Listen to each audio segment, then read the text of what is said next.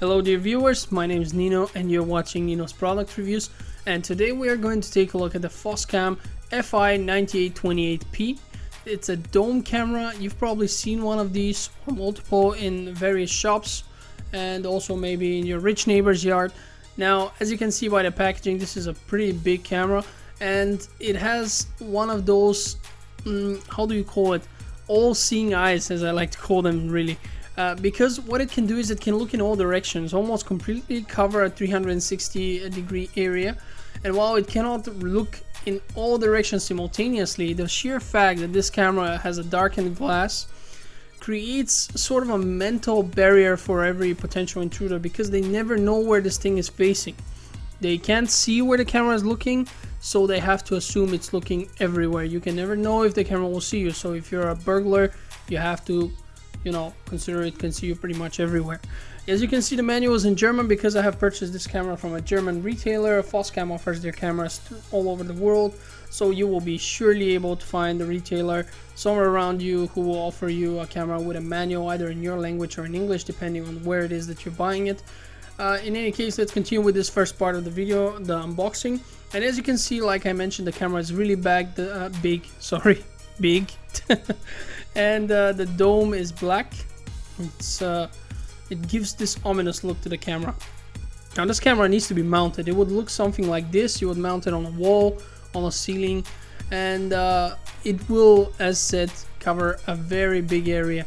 You have total control of it, and you have a lot of cables coming out of this side, and this will help you connect it to whatever devices that you want this camera to stream to or record onto. We have the power brick here, obviously. The next thing that we have is the Wi-Fi antenna, because this camera can be set up to work over Wi-Fi just as most of the other Foscams. Matter of fact, it might even be all of them.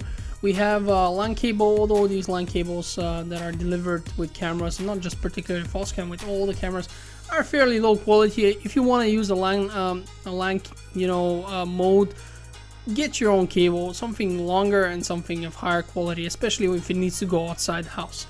Now, as you can see, that's all that's inside the packaging, so we're gonna move on to the actual reviewing of this device, and we'll see if it's any good.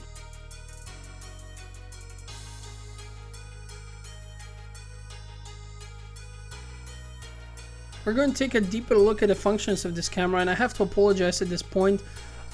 Usually you have to position it facing down, just as it naturally looks.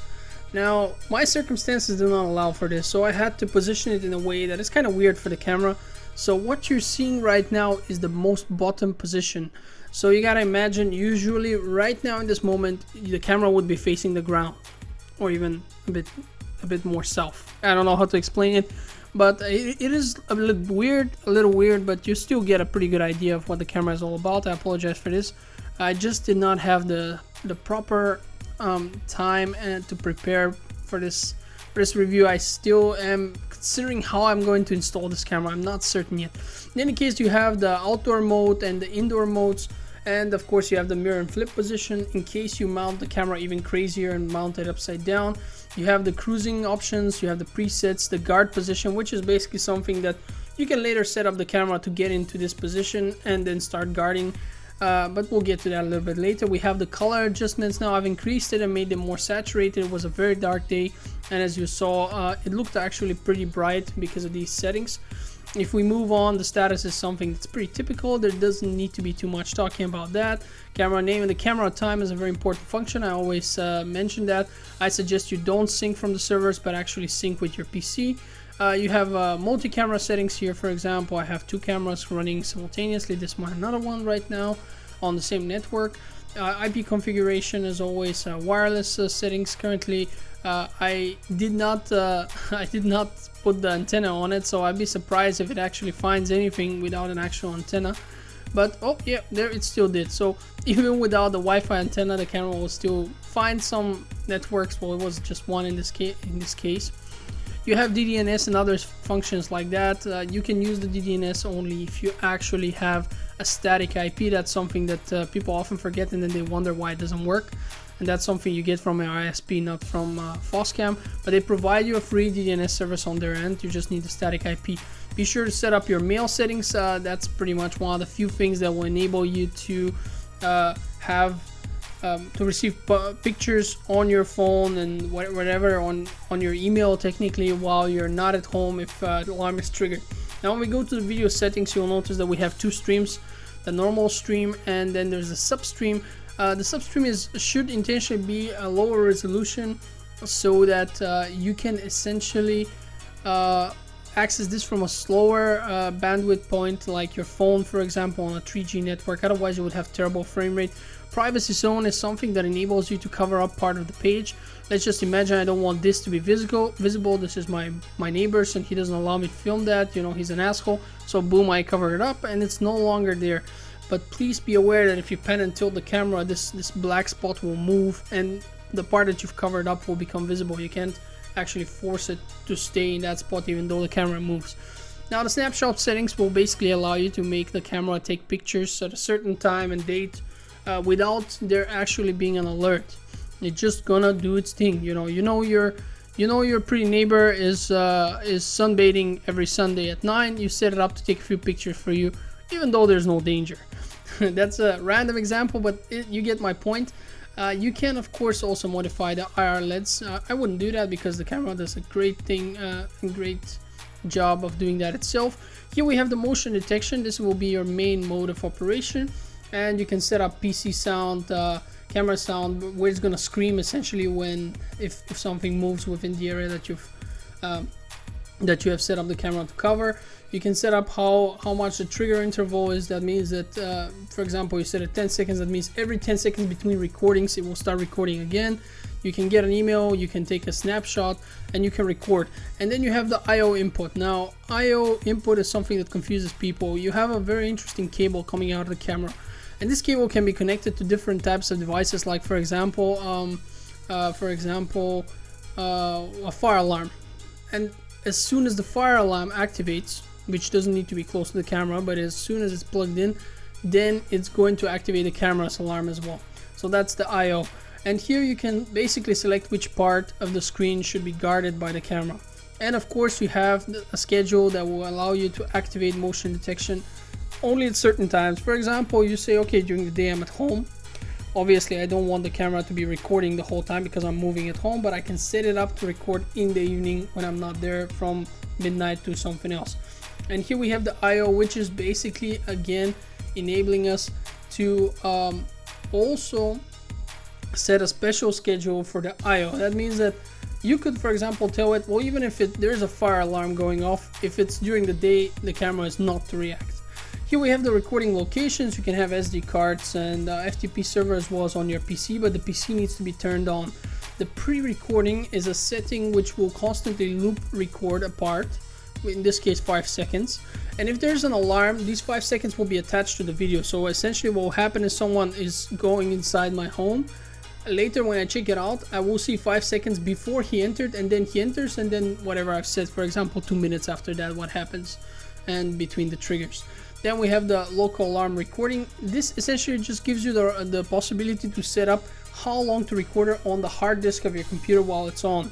It will still do the other recording as well. You just have more options to set how long the recording on the PC should be as to compared to the one on the FTP, for example. That's the main difference between those two.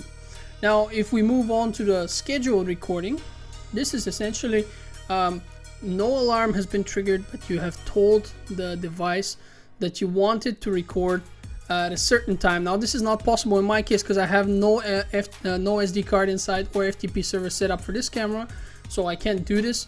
But normally you could do it and save it to the FTP server or to the SD card. Now here we have the cruise and pan and tilt settings, as well as the startup option, which position to go. You can go to guard position, that's the position we can set up earlier, and startup time here, how long this will take.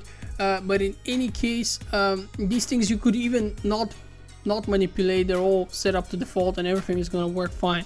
So these are the functions of the camera. Now we're going to take a look at a few recordings and you'll hear my opinion on it.